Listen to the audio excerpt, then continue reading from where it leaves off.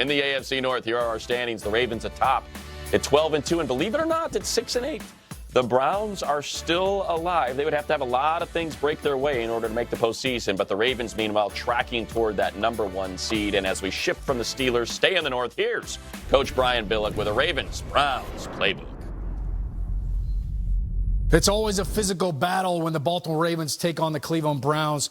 But, Coach, as the Cleveland Browns offense tries to keep up with this high-scoring offense with Lamar Jackson, they've got to remember that they've got a pretty darn good run game, too. Yeah, and that's how they won the last time, 9 weeks ago. They ran for better than 160 yards. That did a couple things. It meant that they got time of possession, which is usually so lopsided for the Baltimore Ravens. They were able to not get that askew like most teams, and the fact that they were able to stay balanced. It didn't fall on Baker Mayfield's shoulders to throw the ball 140 times. Let's keep in mind, Cleveland last week against the Cardinals ran for better than 150 yards. So running the ball is going to be the key to beating the Ravens. Yeah, Nick Chubb leading the league in rushing yards right now. And when you look at the Baltimore Ravens, Coach, you mentioned that win by the Browns earlier this year. Yeah. They didn't have Brandon Williams defensively. You look at how well they're playing. They're getting to the quarterback. Matt Judon's been phenomenal. So this looks like a totally different Baltimore Ravens defense as well.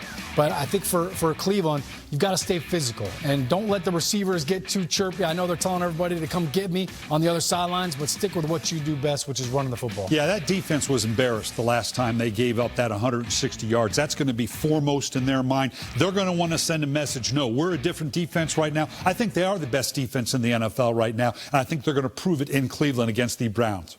And that's another page out of this week's playbook.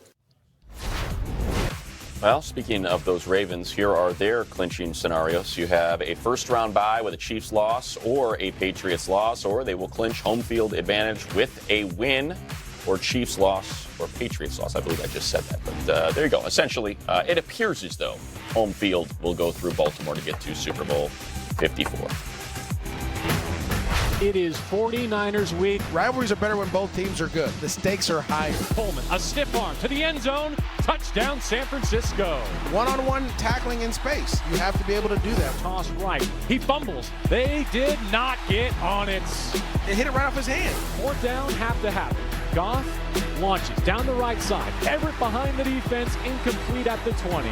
Gerald Everett is wide open behind everyone, and you can't connect. Goff, he's hit from his blind side, and he's sacked at the 5. Put his helmet right between the 1 and the 6. I mean, I'm speechless on just how much pressure Jared Goff has been getting. And that's week 6. That was a while ago, and in that game, Jimmy Garoppolo was okay. He did enough. But the big deal for Garoppolo is since the trade for Manny Sanders, his stats have soared. His passer rating has jumped 20 points to over 110.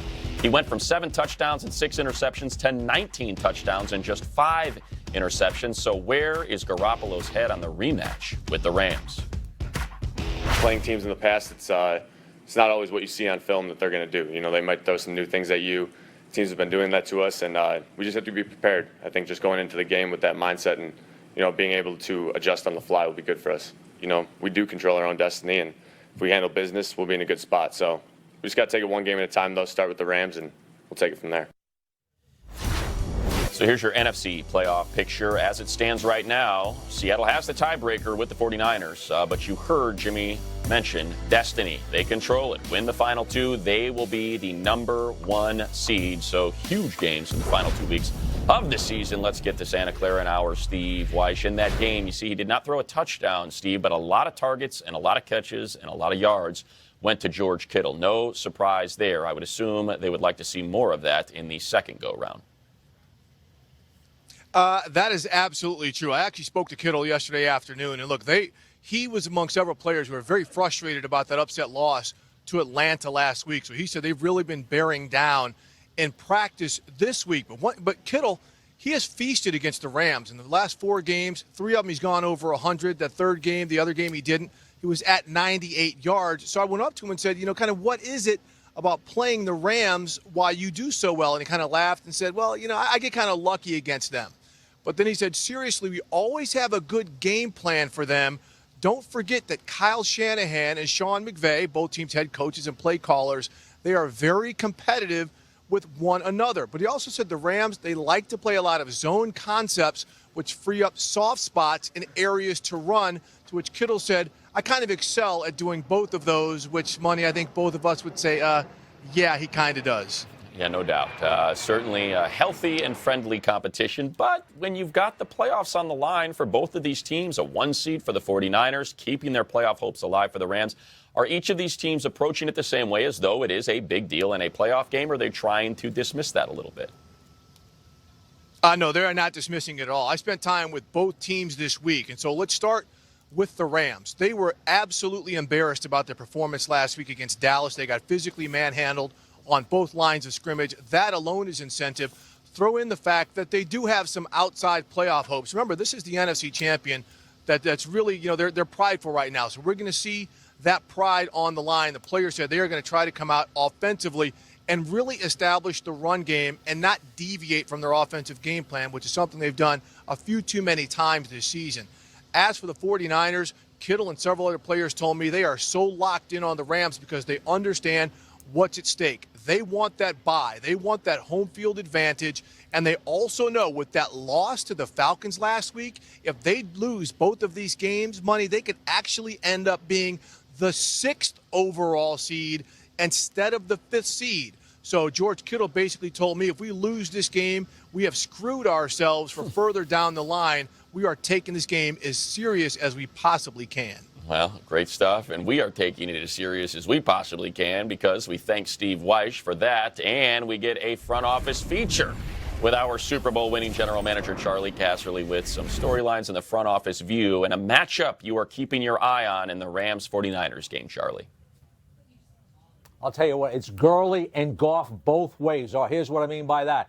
Gurley first. For the Rams to be successful, they have to get the running game going, ride Gurley, set up the play action. You can run inside at the linebackers and nose tackle of the 49ers. The 49ers stop Gurley right off the bat in that first quarter. The Rams sometimes abandon the run when you do that. Now let's go to Goff. Okay, here's the thing. We told you, with Goff, what do you want to do if you're San Francisco? First quarter, hit him. When you hit this guy early, it affects him for the whole game. That's the book on him, what teams will tell you. Now, from Goff's point of view and the Rams, let's get him outside the pocket. Let's run those bootlegs. Let's go with play action and top protection there, maximum protection. Get him in a rhythm early. Goff and Gurley, there's both sides of it. We'll see how it comes out. All right. Thank you, Charlie. That is the third of our 3 games on Saturday for our NFL Network triple header. It starts with the Texans and the Buccaneers, followed by the Bills and the Patriots, and then that one at 8:15 p.m. Eastern, Rams versus 49ers. Remember, we have Saturday football, and we have got a triple header, all with playoff implications. And when we return, let's look at that middle contest there, the Bills and the Patriots. The first time they met, Tom Brady completed less than 47% of his passes. It was a special teams touchdown that was the difference. We get the keys to that game next.